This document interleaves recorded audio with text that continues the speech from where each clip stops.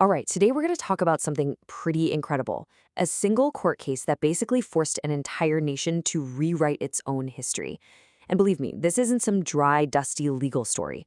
It's about how a fundamental law was exposed as a complete lie and what happened next. So let's dive right in. So I want you to think about this for a second. How can a law, the very thing that's supposed to be about truth and order, how can it be based on a lie? It sounds kind of impossible, right? But for centuries, that was the actual reality in Australia, and that's the heart of what we're going to unpack today. Okay, so to really get why the Mabo case was such a game changer, we've got to start with the legal myth it completely dismantled. You see, for over 200 years, Australian law was built on this one really powerful fiction. And that idea, it was called terra nullius. It's a Latin term, and it literally means land belonging to no one. This was the legal idea the British brought with them. When they arrived in Australia, they just declared the whole continent was, legally speaking, empty. Nobody's land.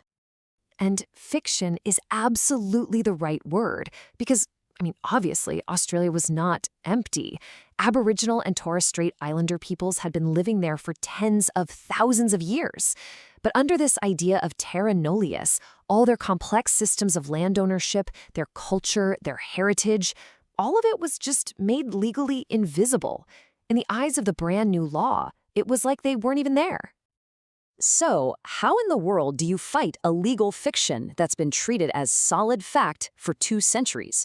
Well, you have to take it to the very top. You challenge it in the highest court in the land. And that's exactly what happened in 1992. A group of Torres Strait Islander people from an island called Mer, they brought a case against the state of Queensland. The lead plaintiff was a man named Eddie Mabo, and their case, Mabo v. Queensland, was about to become one of the most important cases in the country's entire history. So this really brings us to the moment of truth. The court had this fundamental conflict right in front of them. You had the lived, undeniable reality of Indigenous connection to the land versus this legal fiction of terra nullius. And their decision? Well, it was going to introduce a brand new concept into Australian law. Right at the heart of the court's final ruling was this simple but incredibly powerful statement. Australia was not land belonging to no one. And with just those few words, 200 years of legal fiction started to completely crumble. And look, this wasn't just some small adjustment. This was huge. The Montrabuco case completely and utterly overturned the doctrine of terra nullius. It was the High Court officially saying that the legal premise modern Australia was built on was a myth. So you might be wondering, how did they do it? The court's logic was actually pretty straightforward. First, they acknowledged something that should have been obvious, that Aboriginal and Torres Strait Islander peoples had their own systems of law and land rights before the British even showed up. Second, they found that those rights didn't just disappear when the British arrived, they survived. And third, and this is the key, because they survived, those rights, which we now call native title, had to be protected under Australian common law. When you put it side by side like this, the difference between the law before and after Mabo is just, wow, it's stark.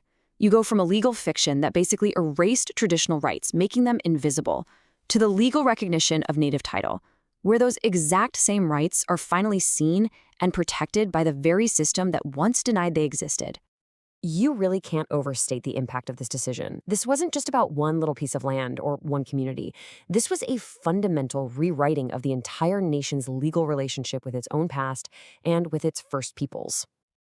In the judgment itself, the court uses that exact phrase, a monumental shift. Think about that for a second. The highest court in the country knew what it was doing. They weren't just making a small correction. They were acknowledging a change so deep, so profound, that monumental shift was the only way to describe it. It basically forced an entire country to legally face its own history. So, what's the bottom line? What are the main things to take away from all this? The Mabo legacy really boils down to 4 key things.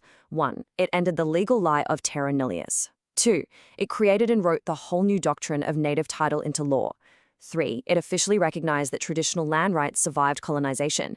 And 4, it confirmed that those rights are now protected by Australian law. And all of this leaves us with one final, much bigger question to chew on.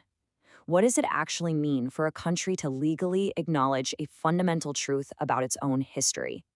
The Mabo case gives us one incredibly powerful answer. But honestly, the conversation it started, well, that's a conversation Australia is still having to this day.